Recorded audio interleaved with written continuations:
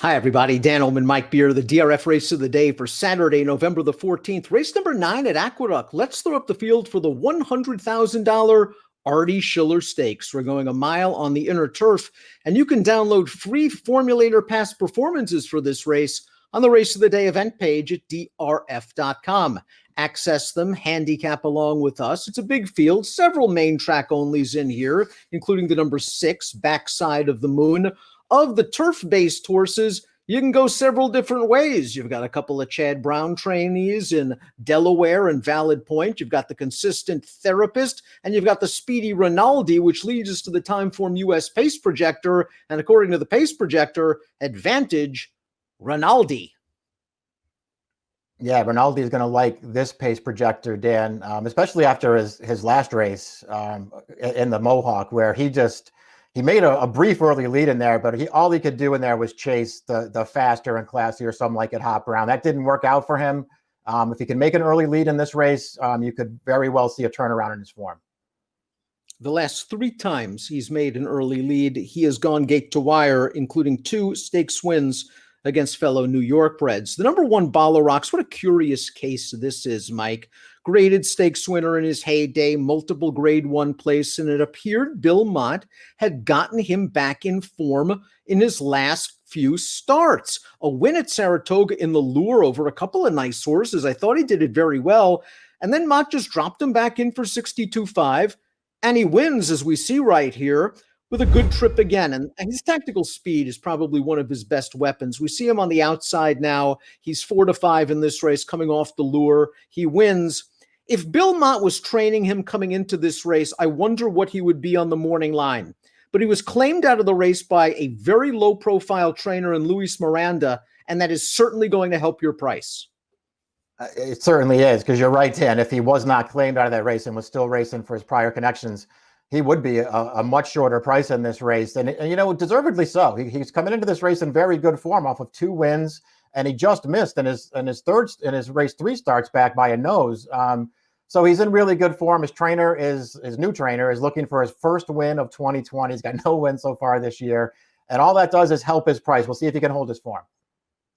Rinaldi, you mentioned last time out, tried to make the lead, but he was just in against the much improved and faster, some like at Hot Brown, who just simply took the race to Rinaldi and made Luis Saez take a seat. And I think when Rinaldi's chasing, especially chasing a quality horse like that, that's not really a comfortable trip for him, and he tired pretty badly in the stretch. Let's take his fatigue in the lane with several grains of salt, because it's likely a different situation this time around with him controlling the action.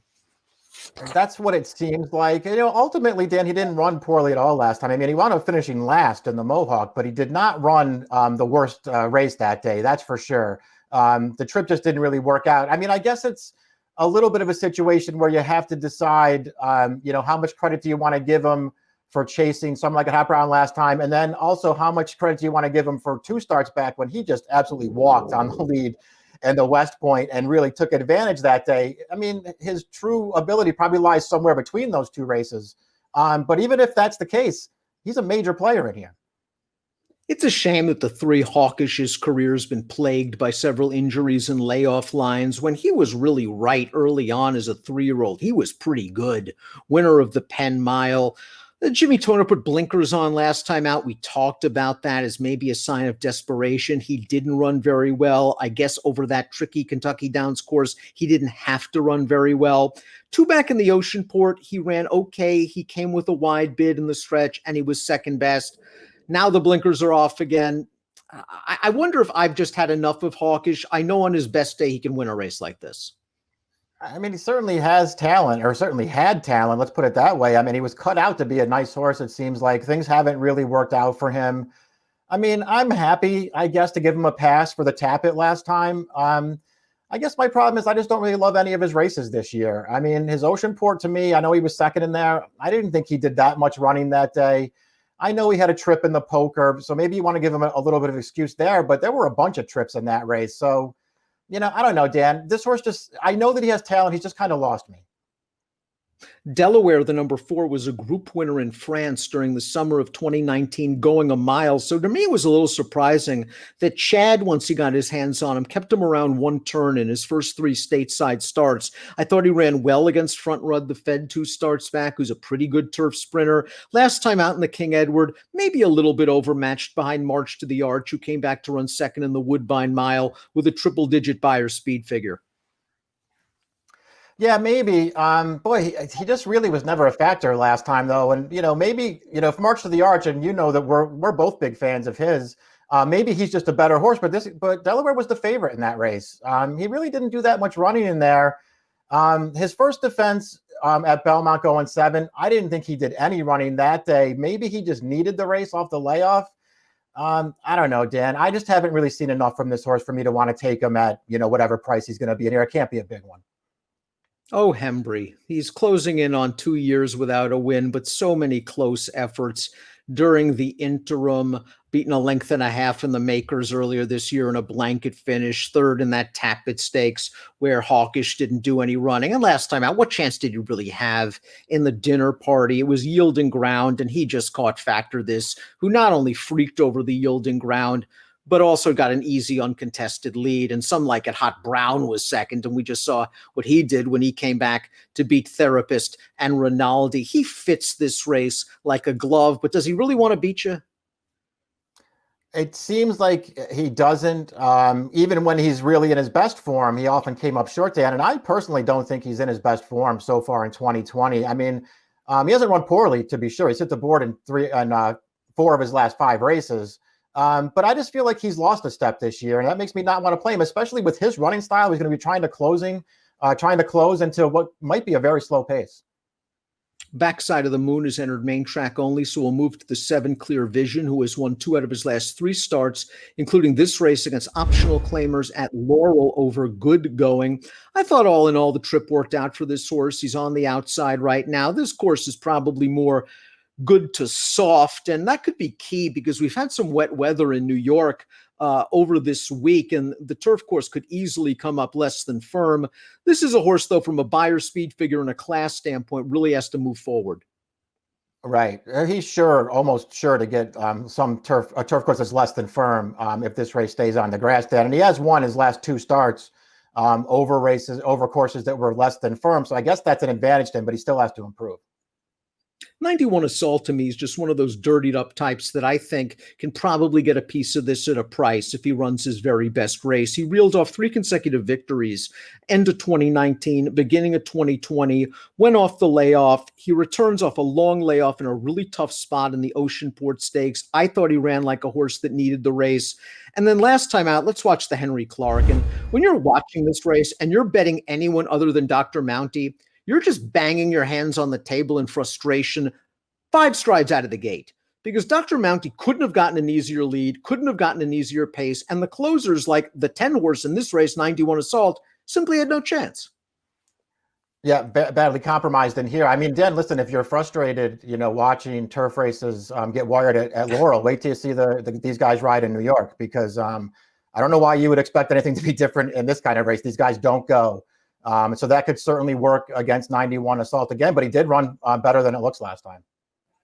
And Valid Point, like 91 Assault, is a little bit dirtied up, and he might be a better overall horse than 91 Assault. I mean, he won the Grade 1 Secretariat as a 3-year-old.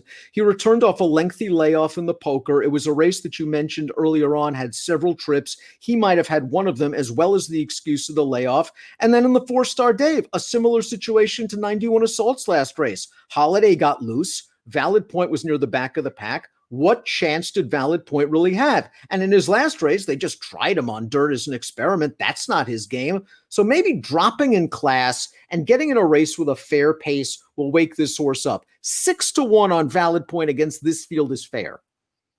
Yeah, it is. Obviously there are a lot of questions surrounding him right now, but if he is going to be around 6-1, I'm not going to argue because he did start out his career with a lot of talent. And things just haven't worked out for him this year. I was willing to obviously give him the benefit of the doubt for the Poker. He did not have a good trip after failing to break early from the gate in that race. So I wanted to give him a pass for that one. Even if you're going to say he's just not good enough to win the 4-Star Dave, Dan, he did not run well in that race. I'm taking it as a pretty bad sign that Chad felt like he had to run him on dirt after that just to see what would happen. Obviously, nothing good happened. So he's back on turf. This is a much better spot for this horse, but he's very, very hard to trust. If the turf course does come up rather yielding, I think it helps the 10 Therapist. He's run very well over that sort of ground in the past. Not sure if I believe the 102 buyer from the Mohawk last time out, but let's take a look at this race. His fortunes changed when Rinaldi took back. Some like it Hot Brown got the lead. Some like it Hot Brown controlled the pace. And Therapist now down towards the inside is forced to chase a loose pace setter that had everything his own way. I think all in all, he ran his usual solid race, and he can be expected to do so once again. Yeah, that's what you expect from this horse. He just shows up and he runs every time. He's a really, really good horse. And to me, he is the horse to beat in here. He ran fine last time. He ran fine two back when Rinaldi got loose on him in the West Point. He really had no chance. And ultimately, Dan, cutting back to the flat mile is a benefit to this horse because it's really probably as far as he wants to go. It'll be interesting to see if he can stay within range under Javier Castellano. Javier's never ridden this horse before. I think Therapist can be closer to the pace with a little bit more of an aggressive ride early. We throw up our top pick. I went with Therapist based on his consistency, based on his last race. You're going with Rinaldi, a simple pace play that I respect immensely, and he's going to be a better price than Therapist. So you went 10. I went 10-2. You went 2-10. Yeah, they were the two horses I wanted most. I ultimately talked myself into Rinaldi. I'm just hoping that he gets loose in here and maybe is a little bit of a better price, but I'm not way against Therapist. I think he's the horse to beat. Race of the day for Saturday, November the 14th, race number 9 at the Big A. It's the Artie Schiller Stakes, named after the Breeders' Cup Mile winner, and has an approximate post time of 3:47 Eastern. Best of luck.